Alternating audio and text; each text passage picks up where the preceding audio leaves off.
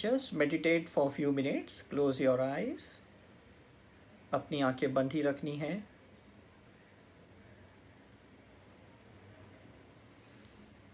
लंबी गहरी सांसें लेनी है और छोड़नी है.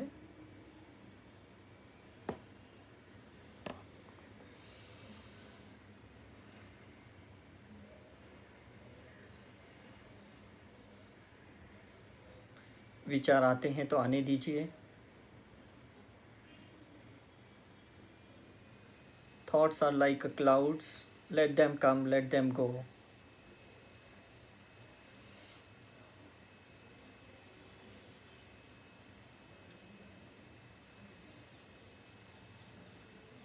Just get connected to your gurus, to your masters, to God, goddesses.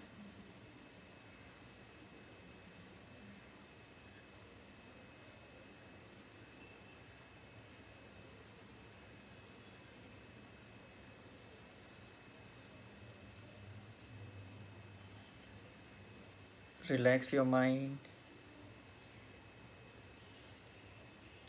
Relax your body.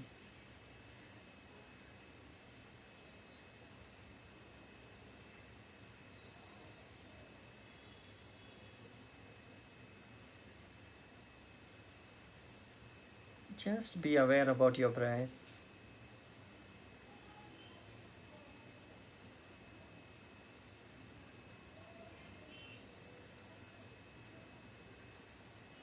Keep your eyes closed for a few minutes.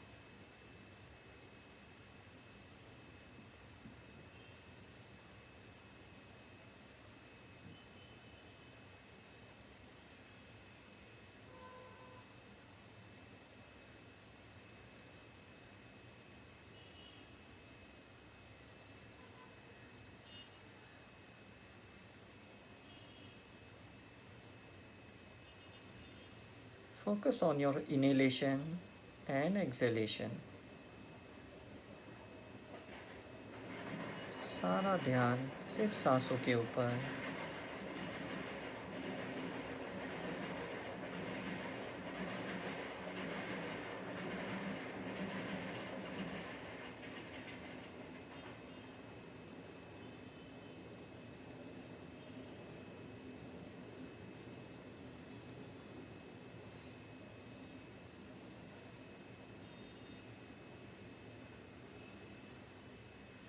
With every inhalation, you are going into deeper and deeper state of relaxation.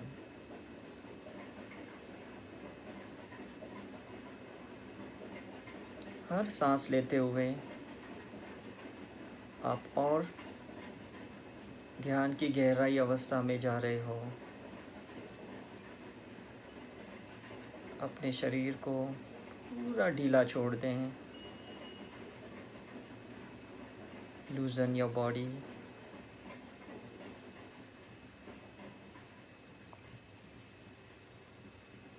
Your body is like a feather, very light.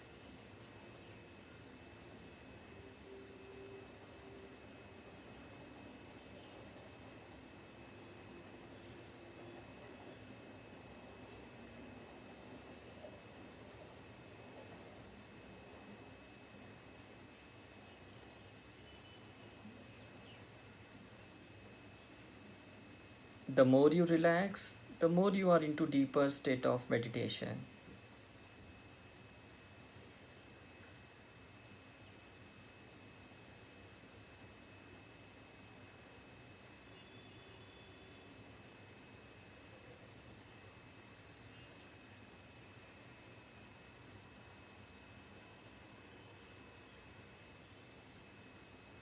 Very spontaneously and effortlessly.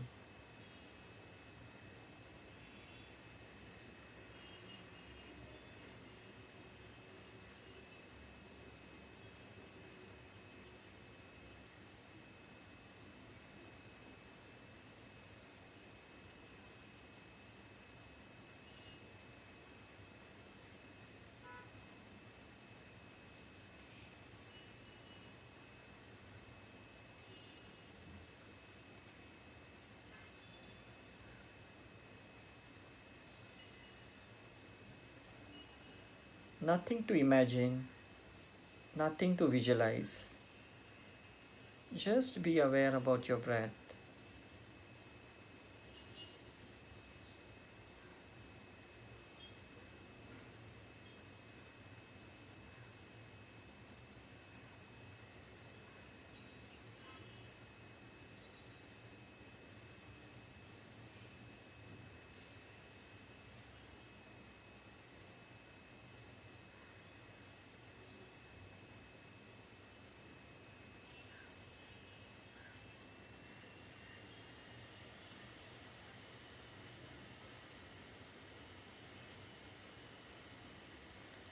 Just be aware.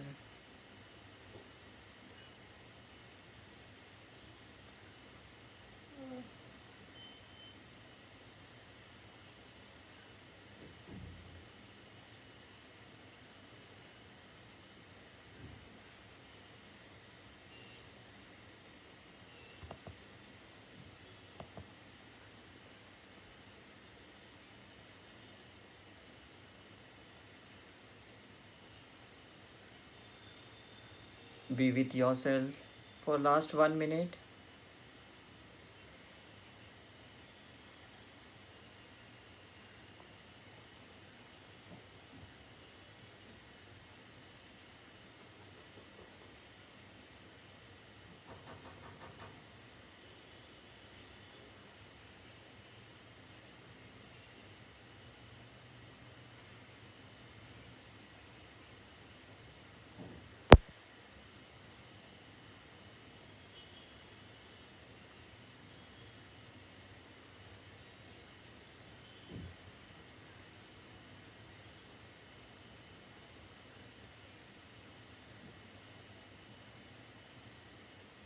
आखिरी के 30 second अपने साथ रहना है. Be with your breath.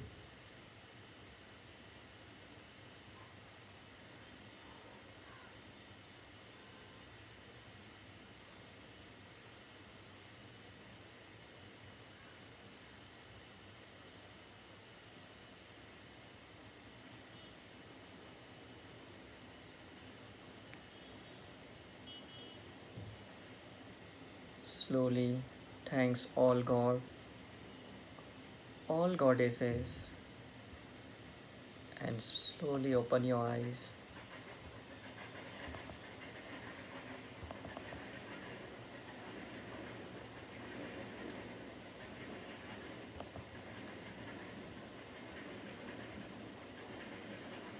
So, welcome once again back.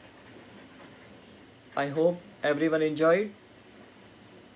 Good.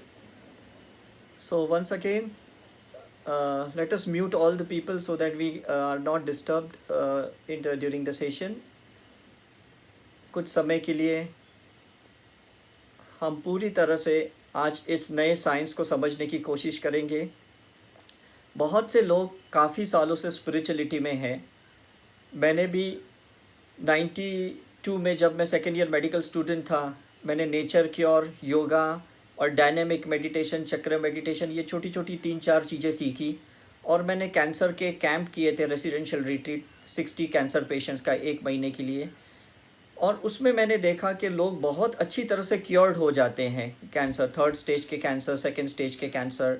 और उनका जो भी ट्यूमर होता है, कैंसरस सब्सटेंस होता है, वो धीरे धीरे रिग्रेस हो जाता था. और हमने 1 महीने पहले और 1 महीने बाद टाटा मेमोरियल हॉस्पिटल बॉम्बे में उनका इन्वेस्टिगेशन करवाया, रिसर्च किया.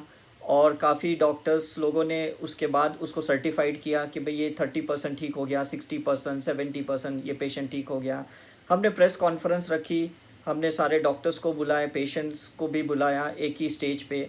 और ये मेरी स्टार्टिंग ऑफ द जर्नी थी जब मैं सेकेंड ईयर मेडिकल स्टूडेंट था. तभी मेरे भाई ने फाइनल MBBS कंप्लीट किया था और हमने दिल्ली के एक कैंसर स्पेशलिस्ट और नेचर केयर डॉक्टर के साथ में तीनों ने मिलकर हमने ये रिट्रीट ऑर्गेनाइज़ की थी. तो ये मेरी शुरुआत थी. उसके बाद मैं टोटली एलोपैथी में चला गया. 95 से 98 मैंने रामकृष्ण मिशन हॉस्पिटल में 45 कंसल्टेंट डॉक्टर के साथ 75 बेड हॉस्पिटल में मैंने पूरा 100% एलोपैथी में दिया. लेकिन जैसे जैसे मैंने लिमिटेशंस देखी मेडिकल साइंस की, मुझे लगा कहीं ना कहीं we need to shift into spiritual science. और ऐसे करते करते मैं पहले प्राणिक हीलिंग में आया, फिर मैं रेकी में आया, और उसके बाद धीरे धीरे धीरे एक एक स्पिरिचुअल साइंस में, ग्राफोलॉजी, न्यूमरोलॉजी, वास्तु, ये सब चीज़ों में आया। रिजल्ट्स बहुत ज़बरदस्त मिल रहे थे, लेकिन कोई प्रूफ नहीं मिल रहा था कि रिज़ल्ट तो मिलते हैं, आप योगा करो, मेडिटेशन करो, हीलिंग कुछ भी करो, रिज़ल्ट तो मिलते हैं। तो ये प्रूफ कैसे मिले? बिकॉज मेडिकल साइंस के पास ऐसा कोई इक्विपमेंट नहीं था जिससे हम प्रूव कर सकें कि ये सही में रिज़ल्ट देता है करके। तो धीरे धीरे मुझे पता चला कि ऑरा साइंस है जिससे हम प्रूव कर सकते हैं कि ये किस तरह से डिफरेंसेस लाता है। तो पहले तो यहाँ पे आपको स्लाइड में दिख रही है कि हमारी मेडिकल साइंस की investigation, X-ray, CT scan, MRI, sonography. Can you see the slide? या वेरी गुड। और दूसरे साइड पे आप देख सकते हो जो हमने रिसर्च शुरू की थी, PIP, poly contrast interference photography, London based ये साइंस थी। और मैंने पहले 2 साल तक मैंने ऑरा की रिसर्च की, फिर 3 साल मैंने पीएचडी किया। और धीरे धीरे मुझे पता चला कि काफ़ी ऐसे इक्विपमेंट है जिसके ज़रिए हम स्पिरिचुअलिटी के ऊपर रिसर्च कर सकते हैं। तो ये कुछ इक्विपमेंट आपको यहाँ दिख रहे हैं। एक छोटा सा मोबाइल जितना डिवाइस है जिसको ESM कहते हैं, इलेक्ट्रो स्पेक्ट्रल मेजरमेंट, जिससे हम चक्र के ऑसिलेशंस को चेक कर सकते हैं कि हमारे क्राउन चक्र से रूट चक्र कितनी फ्रीक्वेंसी में ये घूमते हैं। ये हम उस मशीन से चेक कर सकते हैं। दूसरा हमारा PIP, जो एक साधु संत का यहाँ पे फ़ोटो दिख रहा है आपको यहाँ पे, कि ये PIP है, पॉली कॉन्ट्रास्ट इंटरफेरेंस फोटोग्राफी। तो ये बताता है कि 24/7 हम इंटरेक्ट करते हैं एटमॉस्फेयर से, एनवायरनमेंट से। जैसे अभी ये कोविड वायरस का चल रहा है, तो हम इंटरफियर कर रहे हैं ये वायरस से, ये लोगों के फियर के साथ इंटरफियरेंस चल रहा है। मतलब हमारी बॉडी 24/7 एनवायरनमेंट से, मतलब पंच महाभूता जिससे हम बने हैं और पंच महाभूता जो बाहर का एनवायरनमेंट है, उस दोनों का एक इंटरेक्शन चल रहा है। तो ऑरा फोटोग्राफी जब हम करते हैं किसी भी पर्सन की, तो इंटरफियरेंस देखते हैं कि इंसान खुद क्या इमिट करता है और वो एनवायरनमेंट से क्या लेता है। मतलब there is a give and take 24/7। तो आज का पूरा जो हमारा टॉक है, it will be based on the same topic, that is called the particle science, it is called a photon science. ये है। उसके बाद नेक्स्ट जो स्लाइड यहाँ पे फोटो दिखाई जा रहा है, ये चक्रस का आप देख सकते हो। ये RFI मशीन का एक फ़ोटोग्राफ है जो मैं यहाँ पे एरो दिखा रहा हूँ, रेजोनेंस फील्ड इमेजिंग करके। तो इससे भी चक्रस के ऑसिलेशंस देख सकते हैं।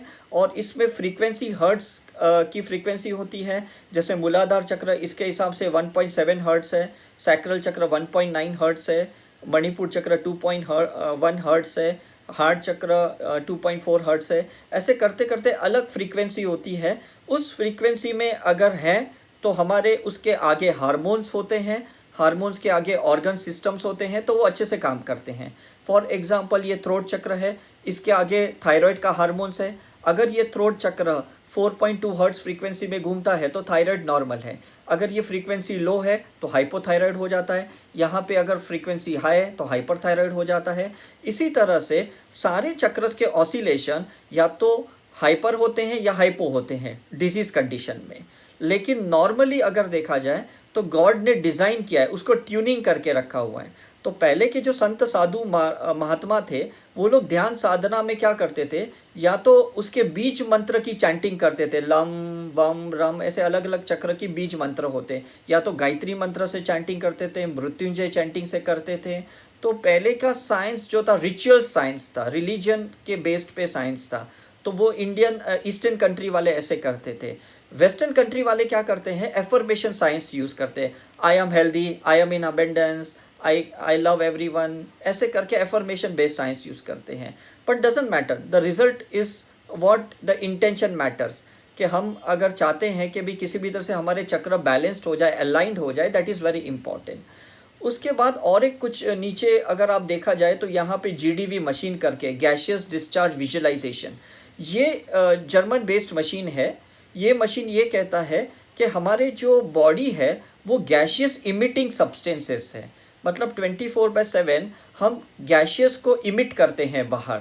अब ये गैस कहाँ से आया? हमें सॉलिड बॉडी पता थी, बोन्स, मसल्स, ऑर्गन सिस्टम्स, ये सब सॉलिड बॉडी हमें पता है, स्ट्रक्चरल बॉडी हमें पता है। लिक्विड बॉडी भी हमें पता है। लिक्विड बॉडी का मतलब क्या है कि हमारे अंदर ब्लड है, लिम्फेटिक सिस्टम है, ये लिक्विड बॉडी भी पता है। तो मेडिकल साइंस ये दो साइंस पे बेस्ड है, फिजिकल साइंस मतलब solid science and liquid science. तो हम हमारी ब्लड टेस्टिंग करवाते हैं, यूरिन टेस्टिंग करवाते हैं, या हमारा एक्सरे सोनोग्राफी करवाते हैं, ये दो टेस्टिंग करवाते हैं। मेडिकल साइंस ने कभी भी गैशियस स्टेट को कभी इम्पोर्टेंस नहीं दिया, क्योंकि गैशियस स्टेट के लिए उनके पास कोई इक्विपमेंट नहीं था, कोई मेजरमेंट सब्सटेंसेस नहीं थे। स्पिरिचुअल साइंस ने उसी चीज़ को पिकअप किया, उसने गैशियस को पिकअप किया, उसने थॉट को पिकअप किया, इमोशंस को पिकअप किया, कर्मा को पिकअप किया, विजुअलाइजेशंस को पिकअप किया, परसेप्शंस को पिकअप किया। जो भी हमने माइंड के अंदर विजन बोर्ड्स बनाए हैं या गोल चार्ट सेट किए या हमारे ड्रीम्स है, ये सारे गैशियस लेवल पे है। ये मेडिकल साइंस ने कभी उसके ऊपर ज़्यादा ध्यान दिया ही नहीं, और पूरा जो कॉज है ये पूरा उसी में होता है। अभी हम इसको नेक्स्ट स्लाइड में देखेंगे, ये 3 लेवल का है। तो हमारा जो स्पिरिचुअल साइंस है ये गैशियस लेवल से स्टार्ट होता है। आपकी सोच कैसी है, आपकी बिलीफ सिस्टम कैसी है, आपके परसेप्शंस कैसे हैं, आपके इंटेंशन क्या है, ये सारा गैशियस लेवल पे। ये किसी को दिखाई नहीं देता, जैसे वाईफाई दिखाई नहीं देता, आपको लैपटॉप दिखाई देगा, आपको सॉफ्टवेयर दिखाई नहीं देता। इसी तरह से हमें अपनी बॉडी दिखाई देती है, बॉडी के अंदर ऑर्गन्स दिखाई देते हैं, ब्लड, ये सब दिखाई देता है, लेकिन विचार दिखाई नहीं देते, सोच दिखाई नहीं देती है। तो हमने पूरा रिसर्च इस सोच के ऊपर किया है, बिकॉज सोल और बॉडी ये दोनों माइंड पे डिपेंड करते हैं। मतलब इंसान क्या सोचता है उसी सोल लेवल के लोगों को अट्रैक्ट करता है। इंसान क्या सोचता है उसी लेवल के फूड को अट्रैक्ट करता है। Vegetarian food, non vegetarian food, oily spicy food, natural food, जैसी इसकी सोच वैसा उसका अट्रैक्शन होता है। तो पूरा साइंस इसी पे बेस्ड होता है।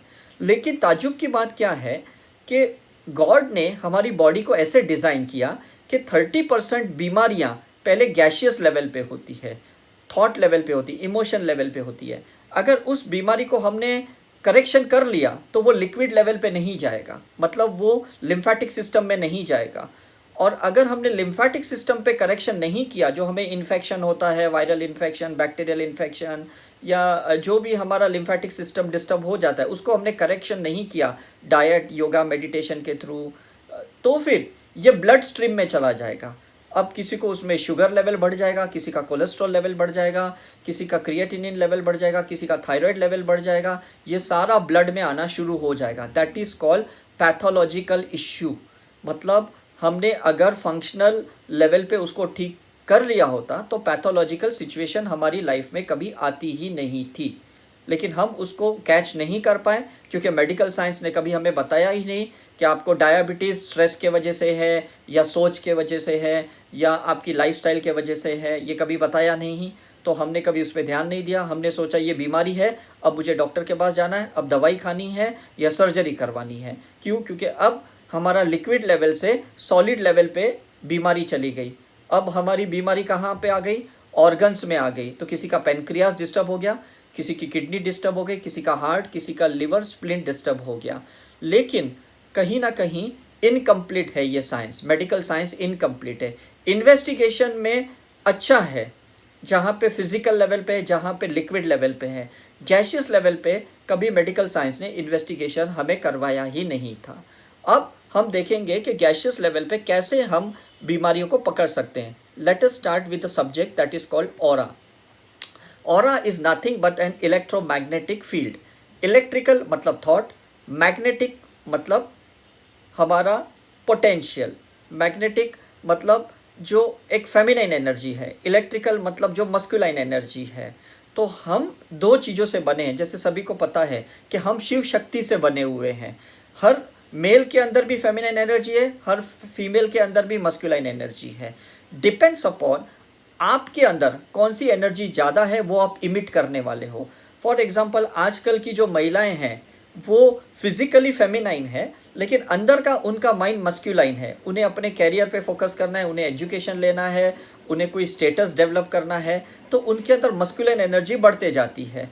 तो तो डेफिनेटली वो अच्छा जॉब कर सकते हैं, अच्छा ना बिजनेस कर सकते हैं, अच्छे प्रोफेशनली सक्सेसफुल हो सकते हैं, अच्छी डिग्री हासिल कर सकते हैं, अच्छा अवार्ड मिल सकता है उन्हें। लेकिन कहीं ना कहीं उनकी फेमिनिन एनर्जी मिस हो जाती है तो रिलेशनशिप में इश्यूज आ जाते हैं, जल्दी मतलब मैरिज नहीं होते हैं, मैरिज होते हैं तो डिवोर्सेस के चांसेस ज़्यादा होते हैं, क्योंकि मैग्नेटिक एनर्जी कम हो गई, उनकी फेमिनिन एनर्जी कम हो गई, तो डेफिनेटली कंपैशन लेवल कम हो गया, उनका लॉजिकल माइंड ज़्यादा काम करने लगता है because of the electrical energy.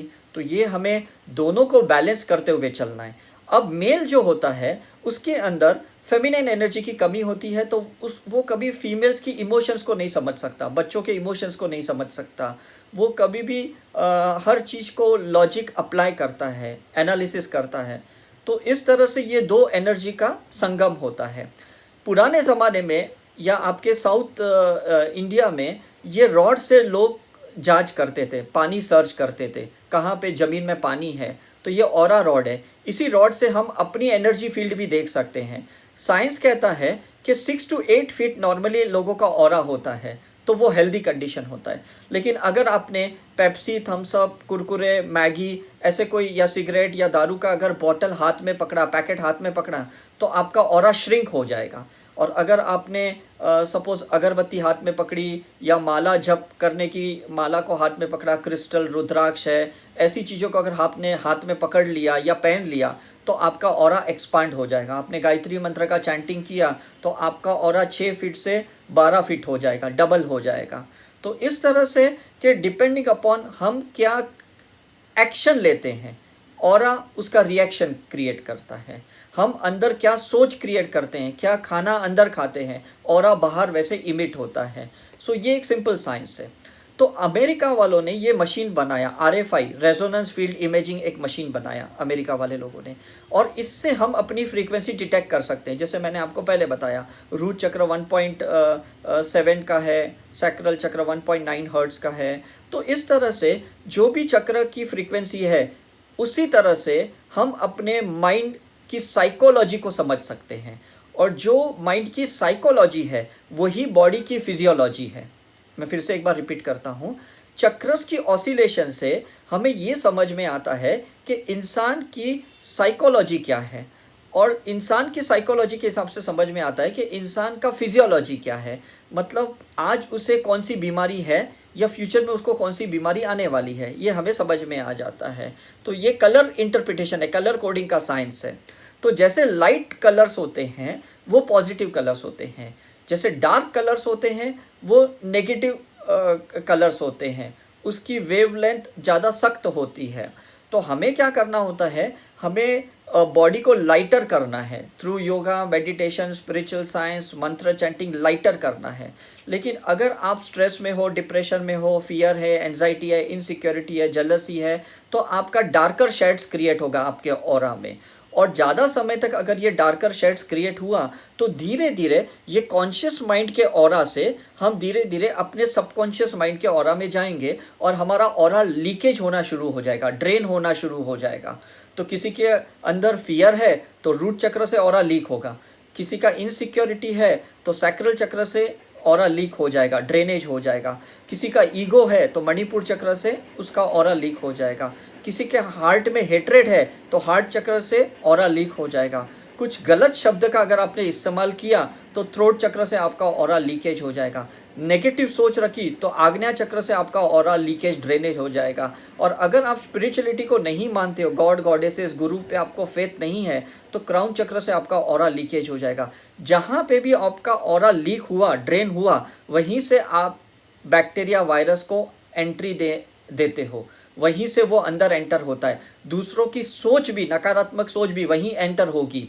लेकिन अगर आपकी ऑरिक फील्ड कंप्लीट है, कहीं पे कोई आपका नेगेटिव सोच नहीं है, तो आपकी ये आप सेकंड इमेज में देखते हो या मेडिटेशन या स्पिरिचुअल साइंस को प्रैक्टिस करते हो, तो यहाँ पे कंप्लीट है, यहाँ पे कोई ड्रेनेज नहीं है, ये पूरी तरह से एक हॉलो साइंस है। तो इस तरह से हमारा ऑरा कंप्लीट होना चाहिए, मतलब एक सर्कुलर होना चाहिए या ओवल शेप का होना चाहिए, कहीं पे भी लीकेज, ड्रेनेजेस नहीं होने चाहिए। अब यहाँ पे आप एक इमेज देखते हो जहाँ पे आपको अलग अलग कलर्स दिखाई देते हैं, अब हमें सबको चक्रस के कलर पता है कि रूट चक्र रेड कलर का है, सैक्रल चक्र ऑरेंज कलर का है, मणिपुर चक्र येलो कलर का, ये सारे कलर्स हमें पता है। इसी कलर के आधार पे हम इस ऑरा की इंटरप्रिटेशन कर सकते हैं। फॉर एग्जांपल यहाँ पे जो इमेज है इस पे येलो एनर्जी ज़्यादा है, मतलब इसमें पैशन ज़्यादा है। दूसरे महिला के यहाँ पे आप देखोगे कि इसके सर के ऊपर स्काई ब्लू कलर एनर्जी ज़्यादा है या ग्रीन कलर जी एनर्जी ज़्यादा है, मतलब इसमें वोकल कैपेबिलिटी अच्छी है, उसकी हीलिंग पोटेंशियलिटी ज़्यादा है। लेकिन सेम टाइम पे इसके लेग पे देखोगे तो रेडिश ब्राउनिश कलर ज़्यादा है, मतलब उसका मूलाधार चक्र बहुत डिस्टर्ब है, उसके कार्मिक इश्यूज ज़्यादा है। तो हर बॉडी के पार्ट पे या हर चक्र के लेवल पे हम कलर्स को देखते हैं। तो it is a radiological science. मुझे भी 3 साल लगे जब मैंने पीएचडी की, तब मुझे पता चला कि इसको रीड कैसे करना। Right side of the body जो होता है वो हमारे पास्ट का ऑरा होता है, left side of the body जो हमारे होता है वो फ्यूचर का ऑरा होता है, और सेंटर ऑफ द बॉडी जो है वो हमारा प्रेजेंट का ऑरा होता है। अब ये डिपेंड होता है आप अपनी पैटर्न को कैरी फॉरवर्ड करते हो या पैटर्न को ब्रेक करते हो। 95% लोग अपनी पैटर्न को सेम रखते हैं, कोई अपनी सोच में बदलाव नहीं लाते हैं, कोई रूटीन में बदलाव नहीं लाते, खाना पीना सोना उठना काम करना सेम रखते हैं, तो उनकी ऑरा सेम ही रहेगी, पास्ट की भी सेम, प्रेजेंट की भी सेम, फ्यूचर की भी सेम। लेकिन कुछ लोग होते हैं 5% लोग जो स्पिरिचुअल प्रैक्टिस करते हैं, जिन्हें हम कहते हैं कि वो शिवा फ्रीक्वेंसी में है। शिवा फ्रीक्वेंसी का मतलब है डिस्ट्रक्शन फ्रीक्वेंसी में है, मॉडिफिकेशन में है, वो तैयार है अपनी पैटर्न तोड़ने के लिए, अपनी सोच तोड़ने के लिए। तो वो कुछ लोग ब्रह्म मुहूर्त में उठ के मेडिटेशन करते हैं, कुछ लोग योगा करते हैं, कुछ लोग हीलिंग वगैरह करते हैं, कुछ लोग साइकिक सर्जरी करते हैं, कुछ लोग ओम नमः शिवाय का चैंट करते हैं, तो भी हम शिवा फ्रीक्वेंसी में आ जाते हैं। हम अपनी ऑरिक फील्ड को ब्रेक करते हैं, अपनी माइंड पैटर्न को ब्रेक करते हैं, अपने ऑरा की जो फील्ड है जो सेम रहती है उसी को हम ब्रेक करते हैं, हम अपनी पेरेंटल पैटर्न को ब्रेक करते हैं। तो ये मॉडिफिकेशन हमें टाइम टाइम पे अपनी लाना है, नहीं लाओगे तो ये पैटर्न सेम रहने वाली है, कोई डिफरेंस नहीं आने वाला। ये इमेज में आप देख सकते हो कि ये बंदा में कोई डिफरेंस नहीं है। इसका राइट साइड पे भी पेरेंटल इशू था, ग्रे और येलोइश कलर था, स्काई ब्लू कलर था, एग्रेशन था। लेफ्ट साइड में भी देख सकते हो सेम पैटर्न है, इसमें कोई डिफरेंस ही नहीं आया है। तो ये बंदा ने कभी चेंज ही नहीं किया, एंड एवरी टाइम उसको सेम प्रॉब्लम फेस करने पड़ते थे, और उसे लगता था कि भाई नए नए लोग उसके लाइफ में आते हैं और उसको सेम इश्यूज से गुजरना पड़ता है।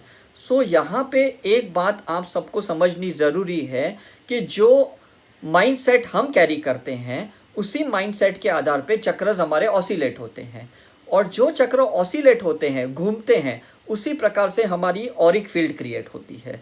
तो आपने सोच बदली, मतलब आपने चक्रस के ऑसिलेशंस को बदला, आपने चक्रस की फ्रीक्वेंसी को बदला, आपकी चक्र की फ्रीक्वेंसी बदल गई, इसका मतलब आपकी ऑरा की पैटर्न चेंज हो गई। और जैसे आपकी ऑरा की पैटर्न चेंज हो गई, आपकी लाइफ स्टाइल चेंज हो जाएगी। जैसे मेरी पहले मेडिकल पैटर्न थी, मतलब मैं एक लॉजिकल माइंडेड पर्सन था, मैंने अपनी पैटर्न तोड़ी और धीरे धीरे मैंने स्पिरिचुअलिटी को अपनी लाइफ में उतारना शुरू किया, और जैसे जैसे मैं प्रैक्टिस करता था तो मेरी धीरे धीरे धीरे और पूरी चेंज हो गई। जो पहले मेरी येलोइश ज़्यादा थी मेरे ऑरा में, अब धीरे धीरे ग्रीन होने लगी, स्काई ब्लू होने लगी, इंडिगो ब्लू होने लगी, वायलेट होने लगी। मतलब पहली मेरी ऑरिक फील्ड कैसे थी, रूट चक्र से मणिपुर चक्र के कलर्स थे। जैसे मैं स्पिरिचुअल फील्ड में आया, मेरे हार्ट चक्र से क्राउन चक्र के कलर्स मेरे ऑरा में आने लगे और मेरे ऑरा चेंज हो गए।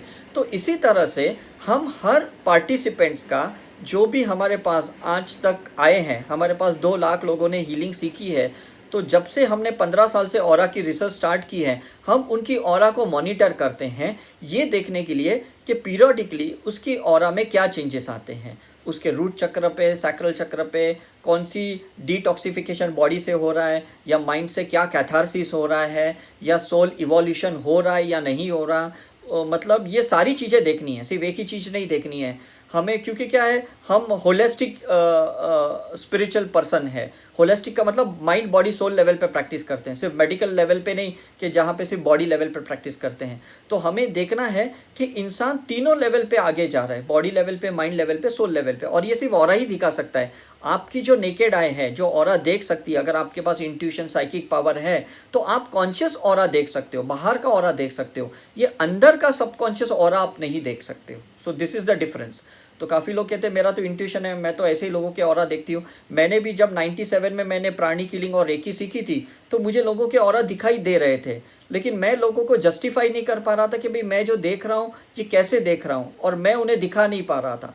जब से मेरे पास ये इक्विपमेंट आया, मशीनरी आई, मैं लोगों को दिखा पाया कि देखो ये इस तरह से ऑरा होता है, और आपका यहाँ पे रेड कलर है, आपका यहाँ पे ब्लू कलर है, आपका यहाँ पे ग्रे कलर है। तो इस तरह से मैं उनको इंटरप्रेट करके उनको लॉजिकली कन्विंस कर रहा था। बिकॉज आजकल के जो जनरेशन्स है या आजकल का युग है, जब तक लॉजिकली उनको कन्विंस नहीं करोगे, वो स्पिरिचुअल साइंस में ज़्यादा टाइम तक प्रैक्टिस नहीं कर पाएंगे। मतलब लोग सुदर्शन क्रिया में आ जाते हैं, क्रिया योग में चले जाते हैं, राजयोग में चले जाते हैं, शिव योग में चले जाते हैं, लेकिन वापस कहीं ना कहीं उनका लॉजिकल माइंड बीच में आता है, तो वो प्रैक्टिस छोड़ देते हैं।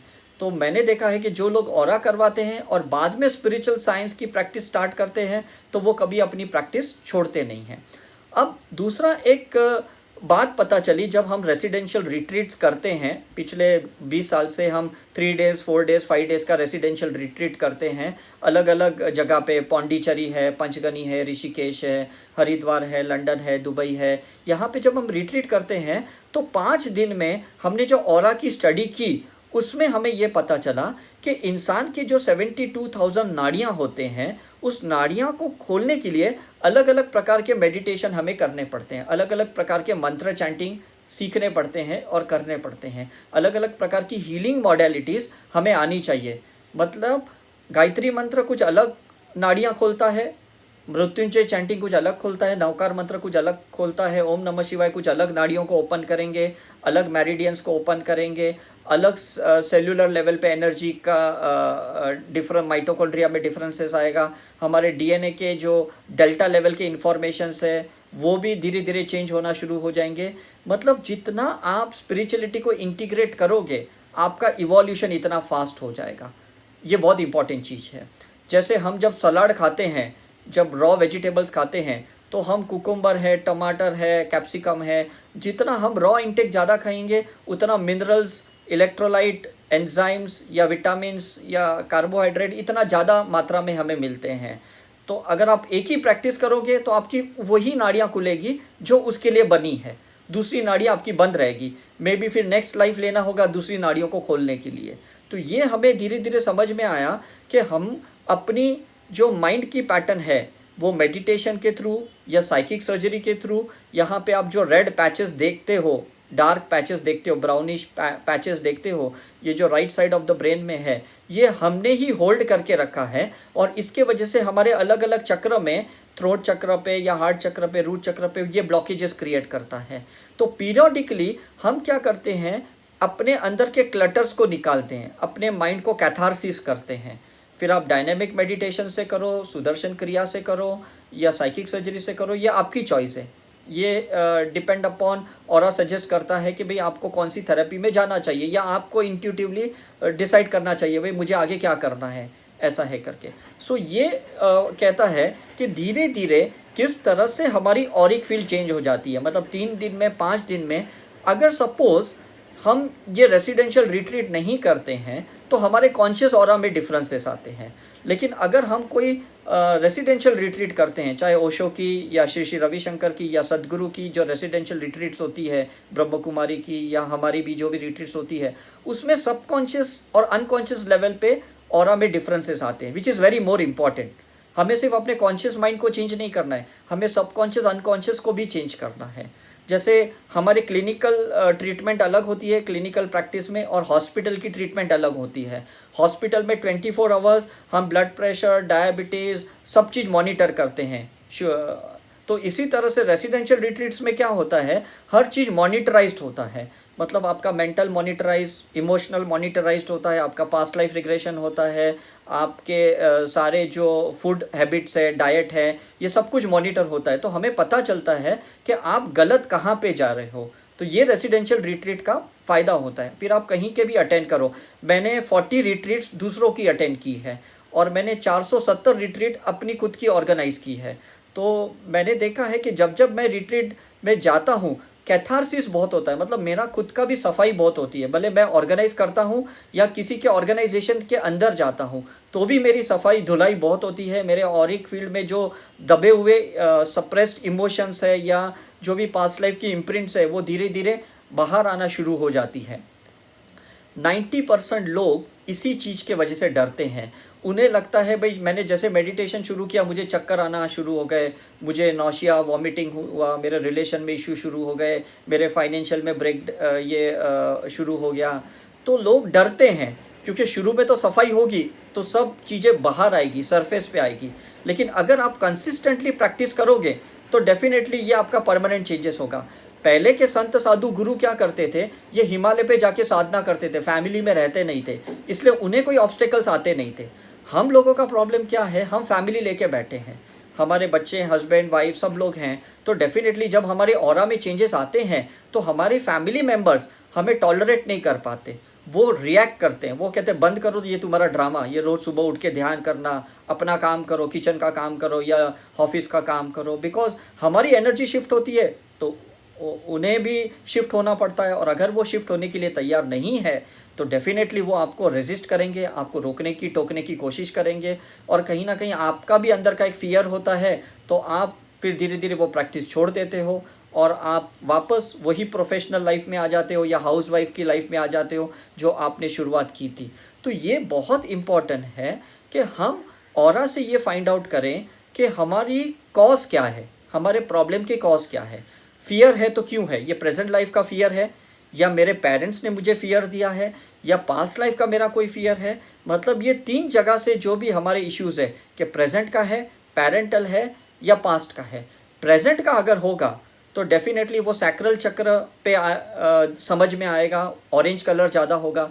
अगर पेरेंटल इश्यूज़ होंगे आपके, पेरेंटल की बिलीफ के वजह से, जेनेटिक्स के वजह से, डीएनए के वजह से, तो आपका येलोइश ऑरा ज़्यादा आएगा, मणिपुर चक्र आपका डिस्टर्ब ज़्यादा होगा। और अगर आपका पास्ट लाइफ के वजह से कोई इश्यू होगा तो रेड, ब्राउन, ब्लैक, ग्रे, ये 4 कलर्स आपके ऑरा में आएंगे। मैं वापस रिपीट करता हूँ कि पेरेंटल इश्यू होगा तो येलोइश डार्क येलो कलर ज़्यादा आएगा। प्रेजेंट लाइफ का अगर आपका इश्यू होगा, आपकी खुद की सोच के वजह से होगा, तो डार्क ऑरेंज कलर ज़्यादा होगा। और अगर पास्ट लाइफ से आपके ये कोई इश्यूज़ आए हैं आपके साथ, तो डेफिनेटली या तो डार्क रेड होगा, या ब्राउन, या ब्लैक, या ग्रे। तो आपको फाइंड आउट करना पड़ेगा ऑरा से, मेरे ये प्रॉब्लम आए हैं कहाँ से, और जहाँ से आए हैं मुझे उसी चक्र को हील करना है, उसी इंटेंशन से, उसी लेवल को मुझे उसको ठीक करना है। मतलब हम अंधेरे में तीर नहीं छोड़ेंगे, हम एक्सपेरिमेंट अपने ऊपर नहीं करेंगे, हम डायरेक्टली टू द पॉइंट काम करेंगे। जैसे हम किसी की ब्लड टेस्टिंग करते हैं तो हमें पता चलता है कि इसको डायबिटीज़ टाइप 1 है, टाइप 2 है, हमें पता चलता है इसको कैंसर एडिनोमा है कि कैंसरेजिनस है, कौन से स्टेज का है, स्टेज 1 है, स्टेज 2 है, स्टेज 3 है। इसी तरह से अगर हमने इस ऑरा के माध्यम से अपनी इन्वेस्टिगेशन की और हमने उसके हिसाब से अपने अंदर करेक्शन, डाइट करेक्शन या लाइफस्टाइल करेक्शन या मेंटल करेक्शन या इमोशनल करेक्शन या हमारा कार्मिक करेक्शन करना शुरू किया, तो डेफिनेटली हमारा धीरे धीरे ऑरा सबकॉन्शियस लेवल पे चेंज हो जाएगा और एक नई पर्सनालिटी हमारे अंदर शुरू होगी। अब ये क्या है एक्चुअली, ये साइंस क्या है, इसको और थोड़ा डीप लेवल पे समझते हैं। ये साइंस फोटॉन्स का है, ये साइंस पार्टिकल्स का है। हमारी पूरी बॉडी पार्टिकल से बनी है, ये आप सबको पता है, एटम, मॉलिक्यूल्स, ये चीज़ों से बनी है, इलेक्ट्रॉन्स, प्रोटॉन्स, न्यूट्रॉन्स, फोटॉन्स की बनी है। मेडिकल साइंस इलेक्ट्रॉन्स, प्रोटॉन्स की स्टडी करता है, फोटॉन्स की स्टडी नहीं करते। और हमें फोटॉन्स की स्टडी करनी है, हमें अपनी लाइट की स्टडी करनी है। और फोटॉन्स इज़ एन ऑरा, मतलब जो हम इमिट करते हैं वो फोटॉन्स है, वो लाइट है, इनविजिबल लाइट्स है। तो हमारे अलग अलग ऑर्गन में जो हमने थॉट, इमोशंस को स्टोर किया है वो फोटॉन्स है। तो उस फोटॉन्स के कलर्स देखना है, डार्क कलर्स है तो उसको लाइट करना है, लाइट कलर है तो उसको और ज़्यादा लाइट करना है। जितनी लाइटर कलर्स आप अपने ऑरा में क्रिएट करोगे इतना आपका डिवाइन कनेक्शन बढ़ते जाएगा, आपका गॉड गॉडेस से, गुरु से कनेक्शन बढ़ते जाएगा। और उससे होगा क्या, आपकी कॉन्शियसनेस सुषुम्ना नाड़ी ऊपर आती जाएगी, विच इज़ वेरी इंपॉर्टेंट। सुषुम्ना नाड़ी कहाँ होती है, centre of the spine level पे होती है। आपको सबको पता है सूर्य नाड़ी, चंद्र नाड़ी, सुषुम्ना नाड़ी, 3 नाड़ियाँ मेजर होती है, बाकी तो छोटे छोटे बहुत सारे होते हैं। तो अल्टीमेटली लाइफ का पर्पस क्या है, अवेयरनेस बढ़ाना, कॉन्शियसनेस बढ़ाना। अवेयरनेस का मतलब आप सिर्फ ऑब्जर्व कर रहे हो, आपको सामने गलत चीज़ें दिख भी रही है सेंस भी कर रहे हो, लेकिन आप उसको जज नहीं कर रहे हो, एक्सेप्ट कर रहे हो। चाहे वो हस्बैंड है, वाइफ है, बच्चे हैं, कुछ भी गलतियां शरारत करते हैं, आप जस्ट ऑब्जर्व करते हो। अगर आपने जजमेंट किया, आप उसके ऑरा को एब्जॉर्ब करोगे, उसके फोटॉन्स पार्टिकल को एब्जॉर्ब करोगे, और वो चीज़ वापस आपकी लाइफ में प्रॉब्लम क्रिएट करेगा। लेकिन आपने सिर्फ ऑब्जर्व किया, जैसे हम डॉक्टर्स लोग पेशेंट को ऑब्जर्व करते हैं, हम उनके इमोशंस में एंटर नहीं होते, हम जजमेंट नहीं बनते कि देखो बहुत दारू पिया ना इसलिए इसका लिवर सिरोसिस हो गया। हम कहते ठीक है, इसने अपनी शौक से, आदत से पिया और उसके वजह से ये पैथोलॉजिकल सर्कमस्टेंसेस क्रिएट हो गए। So we are not emotional for, हम रिपोर्ट्स देखते हैं, हम ट्रीटमेंट करते हैं, तो हमें वो अफेक्ट नहीं होता। समझ में आ रहा है? तो आपको भी कैसा है, किसी भी पर्सन को सिर्फ ऑब्जर्व करना है, चाहे हस्बैंड है, वाइफ है, उसका जो भी कुछ इश्यूज चल रहे हैं उसके पर्सनल लाइफ में, उसके फोटॉन्स को एब्जॉर्ब नहीं करना। मैंने स्टार्टिंग ऑफ द टॉक में क्या कहा था, 24/7 हमारा एनवायरमेंटल एक्सचेंज हो रहा है। अब आपको समझ में आता है, ये पिक्चर में आप देख सकते हो, ये दो पर्सन है, ये एक दूसरे की एनर्जी को एब्जॉर्ब कर रहे हैं। तो एक पर्सन सामने वाले की नेगेटिव को एब्जॉर्ब कर रहा है, दूसरा पर्सन सिर्फ उसको ऑब्जर्व कर रहा है, वो उसका कोई एब्जॉर्प्शन नहीं कर रहा। तो हमें एब्जॉर्प्शन से ऑब्जर्वेशन पे आना है, ये हमारी स्पिरिचुअल प्रैक्टिस पे निर्भर होता है। आप जितनी ज़्यादा स्पिरिचुअल प्रैक्टिस करोगे, आप सिर्फ ऑब्जर्व करोगे। जो भी बड़े बड़े संत साधु है, चाहे वो सिस्टर शिवानी है या श्री श्री रविशंकर है, सदगुरु हैं, ये सारे लोगों के क्या है, शिवयोग के गुरु हैं, ये लोगों के इंट्यूशन पावर बहुत होता है, साइकिक पावर बहुत होता है, लेकिन ये सिर्फ ऑब्जर्व करते हैं, ये किसी की नेगेटिव एनर्जी को एब्जॉर्ब नहीं करते। लेकिन कुछ लोग ने अगर एब्जॉर्ब गलती से कर लिया, तो उनको भी फिर बीमारियां शुरू हो जाती है, उनको भी cancer, diabetes, blood pressure, fibroid, cyst, ये शुरू हो जाते हैं। मतलब ऐसा मत समझें कि सिर्फ आप लोग ही डेंजर जोन में है, ये लोग हमसे भी ज़्यादा डेंजर जोन में है, बिकॉज हम तो फैमिली के 5-10 लोगों को मिलते हैं, ये लोग तो रोज़ 1000 लोगों को मिलते हैं, और लाखों लोग इन्हें याद करते हैं। मतलब लाखों लोग इनके कॉर्ड से कनेक्ट होते हैं, इनके फोटॉन्स में एंटर होते हैं, इनके ऑरा में एंटर होते हैं, इसलिए वो जल्दी किसी को दर्शन नहीं देते। अब समझ में आ रहा है? शुरू शुरू में मुझे भी बहुत साल पहले लगता था, ये मैं जब पुट्टपति गया था सत्य साई बाबा को मिलने के लिए, ऑरा करने के लिए, तो मुझे लग रहा था ये दर्शन क्यों नहीं दे रहे, इतने लाखों लोग गुरु पूर्णिमा में आए हैं, इनको तो 24/7 दर्शन देना चाहिए। लेकिन जैसे जैसे मेरी ऑरा की रिसर्च हुई, मुझे समझ में आया कि ये लोग साधना में ज़्यादा होते हैं, मेडिटेशन के जोन में ज़्यादा होते हैं, अपने ऑरा को प्रोटेक्ट करते हैं, अपने फोटॉन्स को प्रोटेक्ट करते हैं, ये ज़्यादा लोगों को इंटरेक्ट करने नहीं देते हैं। कुछ आपने देखा है कि फीमेल्स होते हैं, वो मेल्स के पैर नहीं छू सकते हैं। इसका रीज़न सिंपल है कि फीमेल्स की जो फेमिनिन एनर्जी है वो किसी भी गुरु के अंदर नहीं जानी चाहिए, या अगर फीमेल सेंट है तो उसके अंदर मस्कुलिन एनर्जी नहीं जानी चाहिए। तो ये जो पोलैरिटी की जो फोटॉन्स है, जो एनर्जीज़ है, वो कहीं ना कहीं एक सीमित रहनी चाहिए। ये एक रिलीजियस प्रोटेक्शन है जहाँ पे हम समझते हैं। स्पिरिचुअलिटी में शायद हम इस चीज़ को बैरियर नहीं मानते। आपने आजकल के जो भी स्पिरिचुअल गुरुज को देखा है, वो सब अलाउ करते हैं, मतलब वो हग भी करते हैं, पैर भी छूने देते हैं, और वो लोगों के सत्संग में साथ में भी बैठते हैं। तो ये डिफरेंस होता है रिलीजियस गुरु में और स्पिरिचुअल मास्टर्स में। तो इट डिपेंड्स अपॉन कि आप कौन सी कॉन्शियसनेस लेके बैठे हो, वो आपका माइंडसेट होता है और उसी बेसिस पे आप चलते हो। So this is very important, because aura हर चीज़ बताएगा आपके अंदर क्या है, आपका इमोशंस पैटर्न क्या है, आपका थॉट पैटर्न क्या है, आपकी लाइफस्टाइल क्या है, आप पास्ट लाइफ से क्या कार्मिक लेके आए हो, आपने लाइफ बिटवीन लाइफ जो आपकी सोल इम्प्रिंट बनाई है, वो आपने क्या चार्ट बना क्या है, मतलब आपको कौन से रिलीजन में जाना है, कौन से पेरेंट्स आपने सिलेक्ट करना है, प्रोफेशन सिलेक्ट करना है, हस्बैंड वाइफ, कुछ मतलब क्या एक्सपीरियंस लेने के लिए आए हो आप, डिवोर्स का एक्सपीरियंस लेने के लिए आए हो, या फाइनेंशियल क्राइसिस का लेने आए हो, या कुछ बीमारियों का एक्सपीरियंस लेने के लिए आए हो। तो शायद हो सकता है आप डॉक्टर बन जाओगे, या कहीं पे आप जजमेंट का एक्सपीरियंस लेने के लिए आए हो, तो हो सकता है कि आप वकील बनोगे। तो जो भी आपने लाइफ बिटवीन लाइफ डिसाइड किया कि भाई अभी मुझे नेक्स्ट लाइफ में तो ये चीज़ों का एक्सपीरियंस लेना है। जैसे हम रेस्टोरेंट में जाते हैं, हम पहले सोच के आते हैं कि भाई आज मुझे पंजाबी डिश खानी है, आज साउथ इंडियन डिश खानी है, तो डेफिनेटली आप वही ऑर्डर करते हो, और जो ऑर्डर करते हो वो आपको सर्व करता है। दैट इज़ कॉल्ड तथास्तु। तो गॉड कभी भी इंटरफियर नहीं करने वाला। आपने जो भी life between life pure consciousness में जो भी डिसीजन आपने लिया, तो भगवान ने आपको उसी तरह से सब कुछ एक प्लेटफॉर्म नेटवर्क क्रिएट करके दिया है। अब आप भूल गए हो कि ये जो भी आपके साथ लाइफ में हो रहा है ये आपने अपने ही तरीके से इसको डिसाइड किया था, आपके ब्लूप्रिंट में आपने ही ये डिसाइड किया था। फॉर एग्जांपल मैं कोई मकान देखने जाता हूँ जहाँ पे कंस्ट्रक्शन चल रहा है और मैंने उसको बोल दिया भाई यहाँ मुझे टॉयलेट चाहिए, किचन चाहिए, बेडरूम चाहिए, हॉल चाहिए, और वो कहता है भाई 1 साल के बाद आओ हम आपको पोजीशन देंगे। 1 साल के बाद जब मुझे घर देते हैं तो मैं कहता हूँ अरे ये टॉयलेट यहाँ कहाँ बना दिया, ये तो साउथ वेस्ट में आता है, अब तो ये वास्तु डिफेक्ट है। तो वो कहेगा भाई आपने जैसे बोला मैंने आपको वैसे ही घर दिया।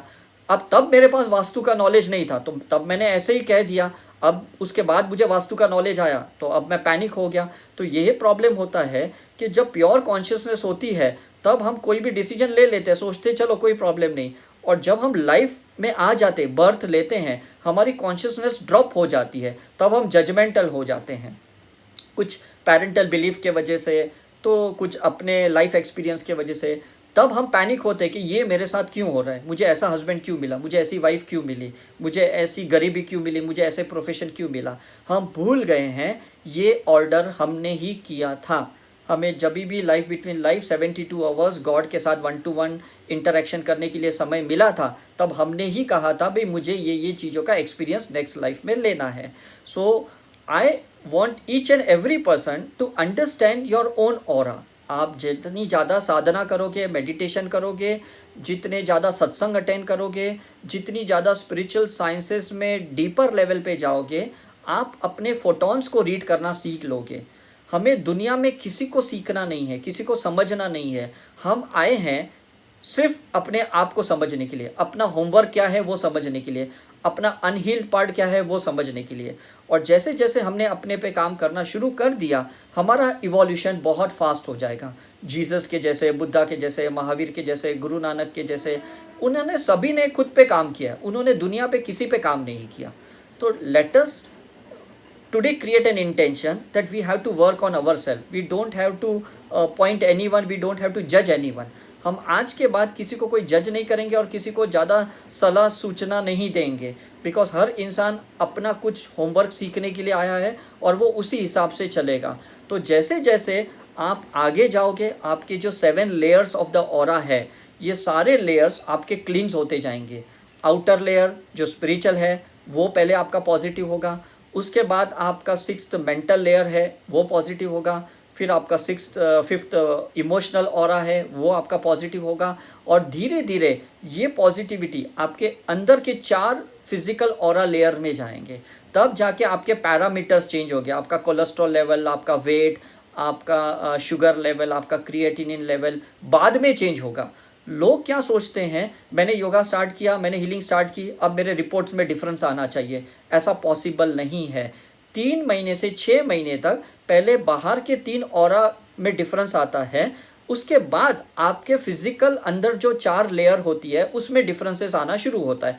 तब तक आपको पेशेंस रखना होगा, तब तक आपको कंसिस्टेंटली प्रैक्टिस करनी पड़ेगी। उसके बाद आपके ब्लड रिपोर्ट में चेंजेस आएंगे और आपके वेट में चेंजेस आएंगे, आपके हार्मोनल चेंजेस आएंगे, आपके सारे पैरामीटर्स में धीरे धीरे आपको उसके डिफरेंसेस दिखना शुरू कर देंगे।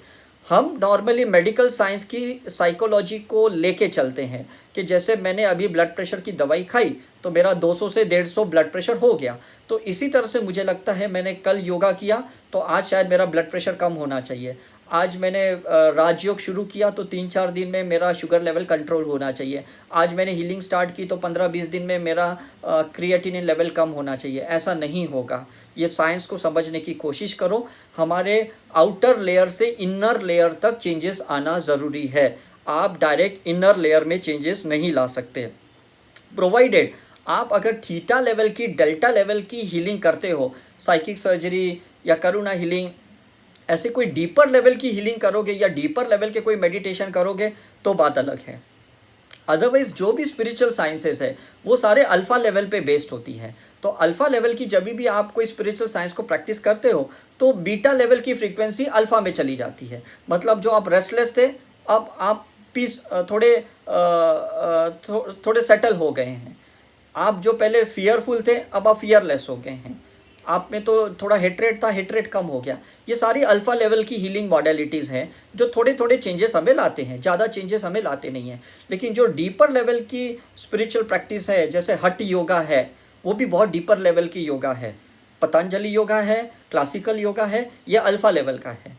हठ योगा है, ये डीपर लेवल का है। जितने डीपर लेवल की साइंस को आप अपनी लाइफ में उतारते हो, इतने डीपर लेवल की फोटॉन्स को चेंज करोगे, ऑरिक फील्ड को चेंज करोगे, सॉलिडिटी को चेंज करोगे, लिक्विड को चेंज करोगे, and that is where you will get the actual result. So I hope you have understood the whole science of spirituality. आपको अगर कोई क्वेश्चन आंसर पूछने आप पूछ सकते हैं, otherwise we'll go for a small meditation and then we can end the program. So before we end, अगर कोई question answers है तो definitely you can ask.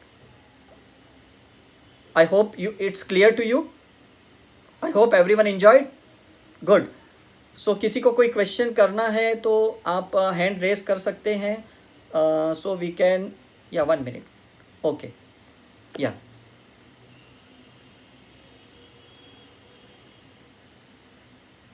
So Gurudatt sir हैं जो आप अगर किसी को क्वेश्चन करना चाहते हैं, हैंड रेस करना चाहते हैं, तो he will allow you to unmute you so that we can interact with you if there is any question from your side. Yeah Veena, I think so. Gurudatt ji, you can 1 minute. Yes Veena, you can unmute yourself, I think so. हाँ, या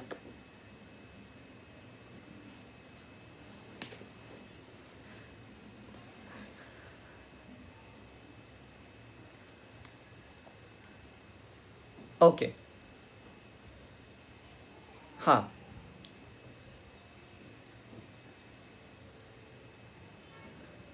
या excellent, very good question. ये मुझे भी बहुत साल पहले ऐसे लगा कि कोई अगर संत साधु मेरी मुझे ब्लेसिंग देता है या कोई रेकी ग्रैंड मास्टर मेरी हीलिंग करता है तो मुझे सीखने की ज़रूरत क्या है, बस मैं उसी की हीलिंग से ठीक हो जाऊंगा। But in auric research I came to know that any one who is healing you can heal you only in upper 4 chakra. He cannot interfere in lower 3 chakras because your lower 3 chakras are karmic chakra. So you have to heal yourself. So if the person is healing you, for a time being you will feel much better, but it is not a permanent cure. It will be only a recovery. So that's why the lower 3 chakras are our private chakra. They are secured chakra. No one is allowed to interfere, even though if it is your husband, your kids or whatever, you cannot interfere in their chakras. You can just heal the upper 4 chakras. And that's why many saintly people, काफ़ी संत साधु मना भी करते हैं किसी को healing मत करो, क्योंकि उन्हें भी पता है कि आप किसी को हीलिंग करते हो तो कहीं ना कहीं उनके लोअर 3 चक्रस की कार्मिक एनर्जी को कहीं ना कहीं आप एब्जॉर्ब करोगे। तो ये भी थोड़ा संभालना पड़ता है, खुद को प्रोटेक्शन शील्ड डालनी पड़ती है, या you can use some crystals so that you are protected from the negative energy, you don't absorb their negative energy, right? And how it works, that is very beautiful science, that there is a universal cosmic photons all over around us. So when the chakras are aligned by some master, कोई भी reiki grand master आपको attune करता है या pranic healing का master आपको attune करता है, ट्यूनिंग करता है, आपके चक्रस की अलाइनमेंट करते हैं, तो वो एनर्जी अंदर जाती है। फॉर एग्जांपल, आपने घर में एक राउटर को इंस्टॉल किया और जो कंपनी ने इंस्टॉल किया उसने आपको यूज़र नेम पासवर्ड दे दिया और आपने जैसे उसको डाला तुरंत आप कोई भी वेबसाइट ओपन कर सकते हो। तो ये रेकी इसी तरह से काम करती है कि हम खुद अपनी करें, किसी पे डिपेंड नहीं हो, बिकॉज एवरीथिंग इज अ कार्मिक रिफ्लेक्शन। जो भी आपका संचेत है वो प्रारंभ में आ रहा है, and no one else is allowed to interfere in your sanchit और प्रारंभ karma. Okay, thank you, good, yeah. So और किसी को कोई question, you can unmute yourself, I think so.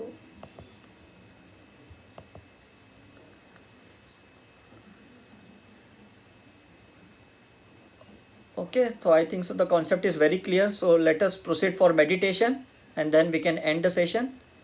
So everyone ready for meditation? Okay, so we'll not take more time, 5 to 7 minutes of meditation करेंगे। So everyone close your eyes, सभी लोग अपनी आंखें बंद करें। Just surrender to your guru and the master. Close your eyes. You can invoke them. आप जिसे भी मानते हो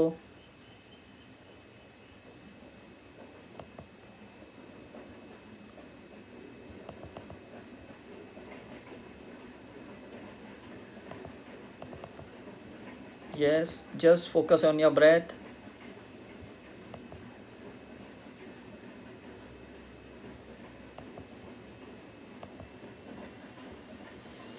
Take a slow and deep breath.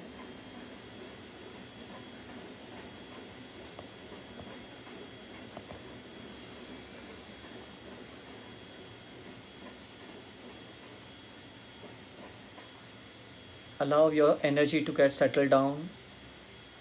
जो भी अभी आपने नॉलेज लिया है उसे एक्नॉलेज करें, उसे एब्जॉर्ब करें. Let it cross the filter of logical mind and let it enter into your subconscious mind with the grace of God and Gurus. जो भी आज हमने सीखा है, समझा है, उसको पूरी तरह से अंदर उतरने दीजिए. With every inhalation, you are absorbing all those knowledge, information, whatever you have taken today.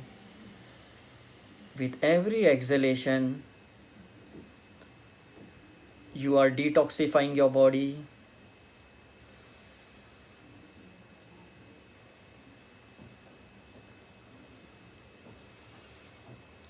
Just focus on your breath.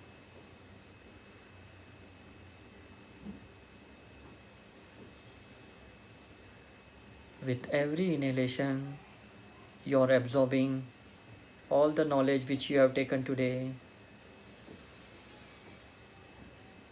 With every exhalation, your mind is doing catharsis, removing all the old informations, unwanted informations.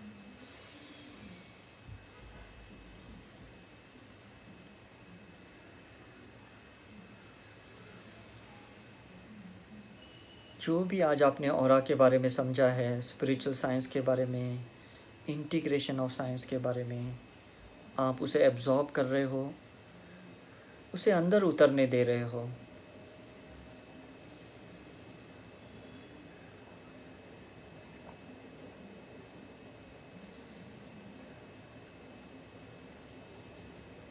सांस बाहर छोड़ते हुए हम उन सारे पुराने मान्यताओं को निकालेंगे, हमारे सारे भ्रम को निकालेंगे, अनवांटेड थॉट्स को एक्सेल करेंगे, अनवांटेड इमोशंस को एक्सेल करेंगे.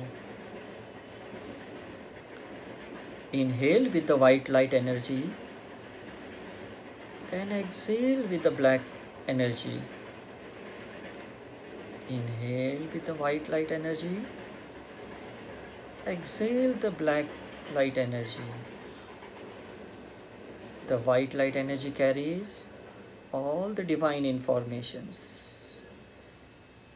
The black energy carries your own limited mind, unwanted thoughts, and old experiences of present life and past life.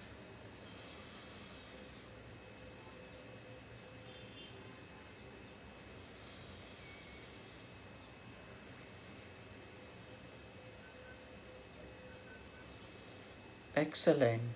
Continue for few more minutes.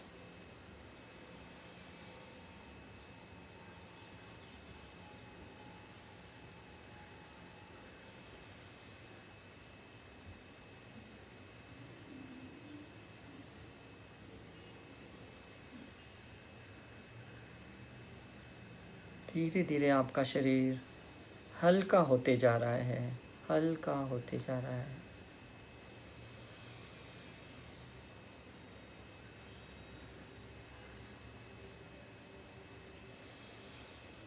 Inhale the good immunity, exhale detoxification.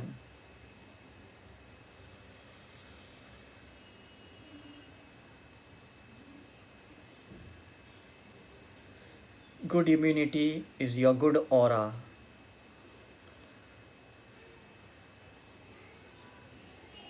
Detoxification is all the unwanted acid, gas, cholesterol,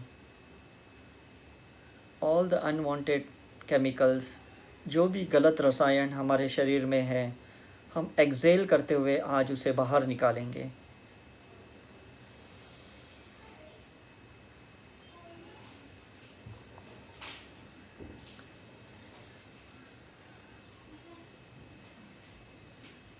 Continue for a few more minutes.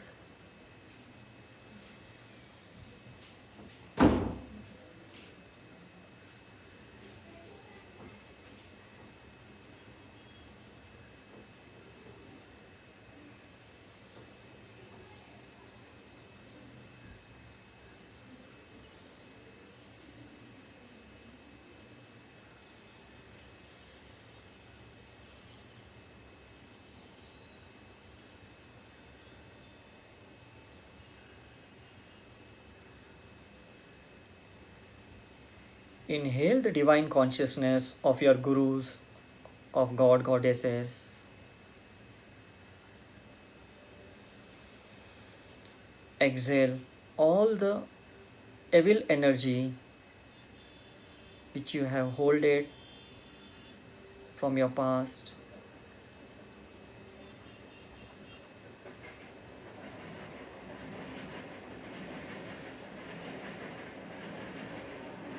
हर सांस लेते हुए हम गुरुओं की, देवी देवताओं की चेतना को अंदर लेंगे और हर सांस बाहर निकालते हुए हम वो सारे एनिमल इंस्टिंक्ट को बाहर निकालेंगे।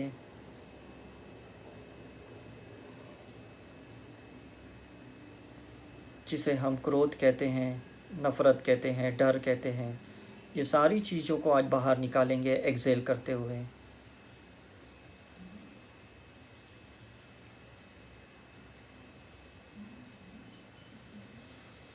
Inhale the peace.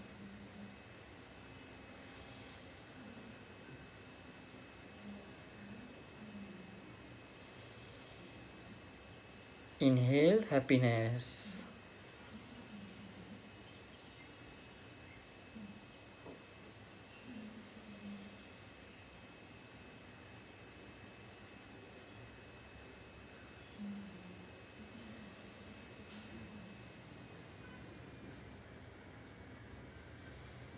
Inhale joy.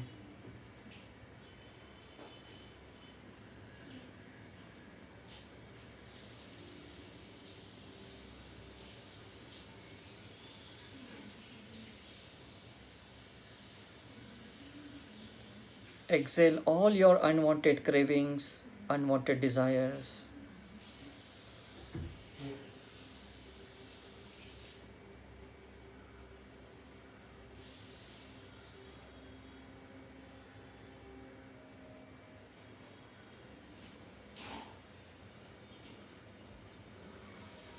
Inhale good relationship with your partner, with your family member.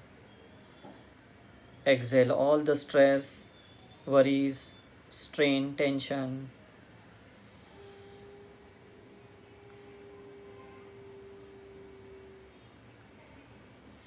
Inhale करते हुए उनकी सारी खूबियों को अंदर लेना है, उनके सारे अच्छे अच्छे क्वालिटीज़ को ग्रैटिट्यूड करना है।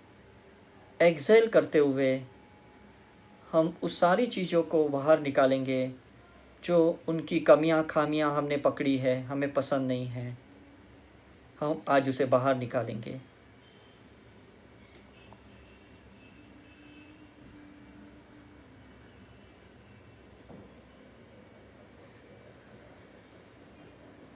Inhale acceptance.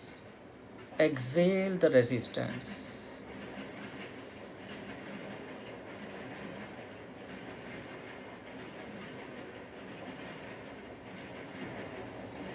Inhale surrender.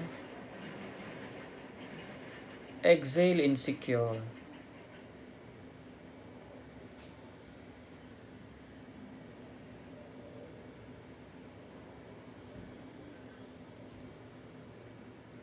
Inhale faith. Exhale fear.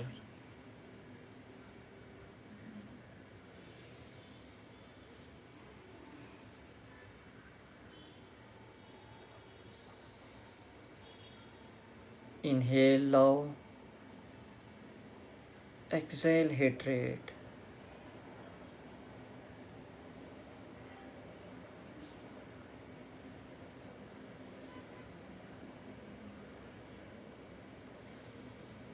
Inhale unconditional service. Exhale expectations. जिन्होंने हीलिंग सीखी है, जिन्हें सिंबल्स पता है, वो इनहेल करते हुए सिंबल्स को अंदर लें और एक्सहेल करते हुए कल्पना करें कि जो भी अनचाहे हैं, अनवांटेड है, वो सब कुछ बाहर निकल गया है।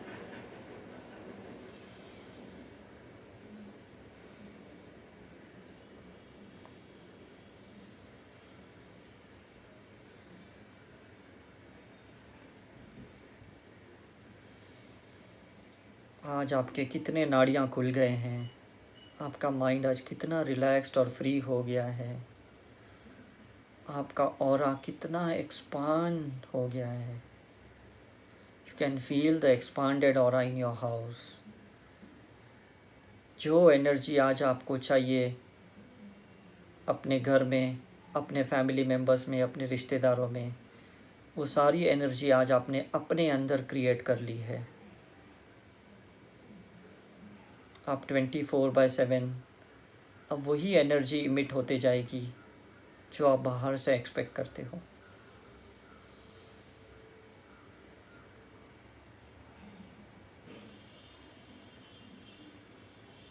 Buddha has said, change your vision, everything will change. आज हमने इनहेल करते हुए अपनी दृष्टिकोण बदल दी है। आज हमारे सामने एक नई दुनिया है, divine world. Each and everything is created by the God. और ऊपर वाले ने जो भी कुछ निर्माण किया है और मेरे सामने जो भी उसको प्रेजेंट किया है, वो मेरे लर्निंग के लिए है, मुझे सीखने के लिए है। Everyone here in your life is to teach you something.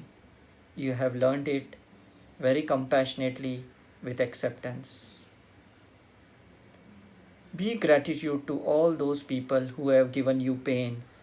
जिसने भी आज आपको दुख दर्द अब तक दिया है, उन्हें धन्यवाद करना है।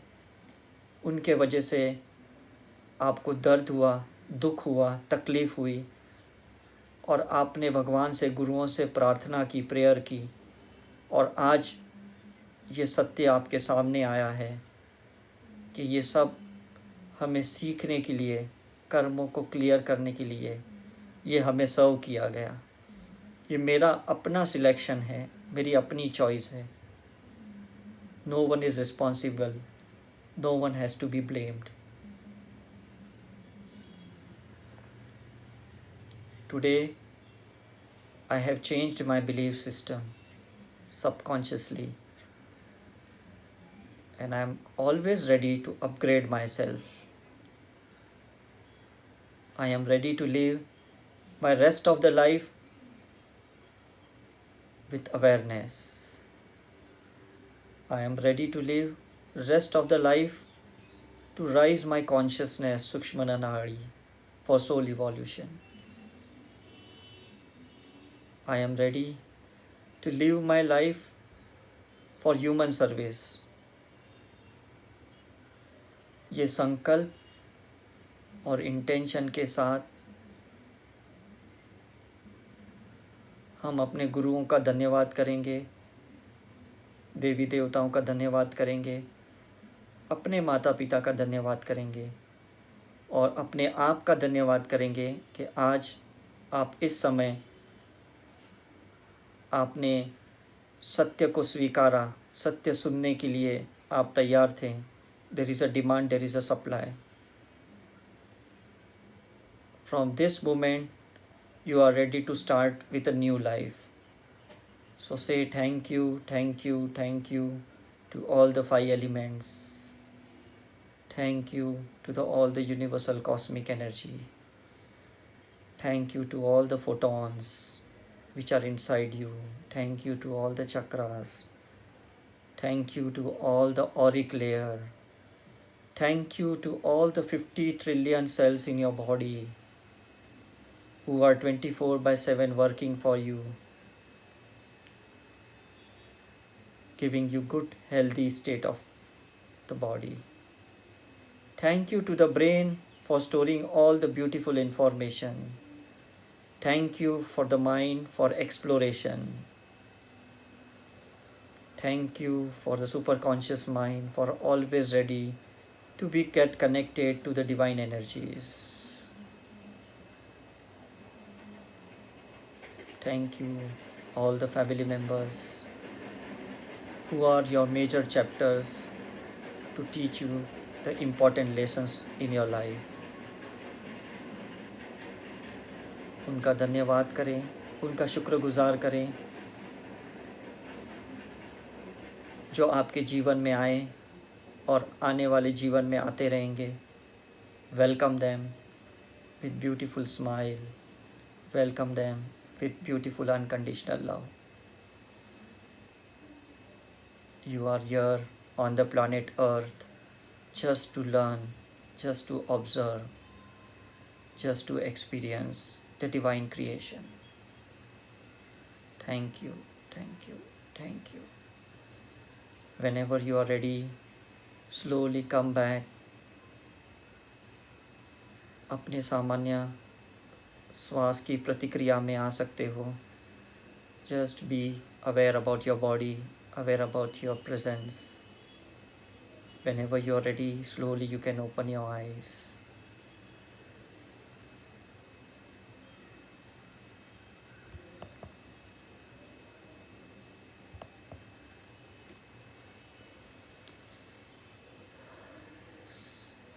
So thank you very much for your time and patience. आपने इतने अच्छे से हमें सुना, हमें स्वीकारा. I hope today you have enjoyed a lot and you will apply the same knowledge in your life, because the universe starts with you and it ends with you. आप आए हो अपने लिए और जाओगे भी अपने लिए. कोई आपके साथ आने नहीं वाला और आपको किसी के साथ जाना नहीं है. ये इतना बड़ा सत्य आज आपने समझ लिया, उसके लिए thank you and hope to see you soon. God bless you everyone. Thank you Gurudatt ji, आपने इतनी अच्छी अपॉर्चुनिटी मुझे दी. Thank you very much to all the divine source. Yeah, sure. Whenever there is a need, there is a supply. I am always ready for human service 24/7. Whenever you need me, tell me, I am always there. Thank you. God bless you and good night, everyone. Take care. Thank you. Thank you. Yeah. Sir. Thank you.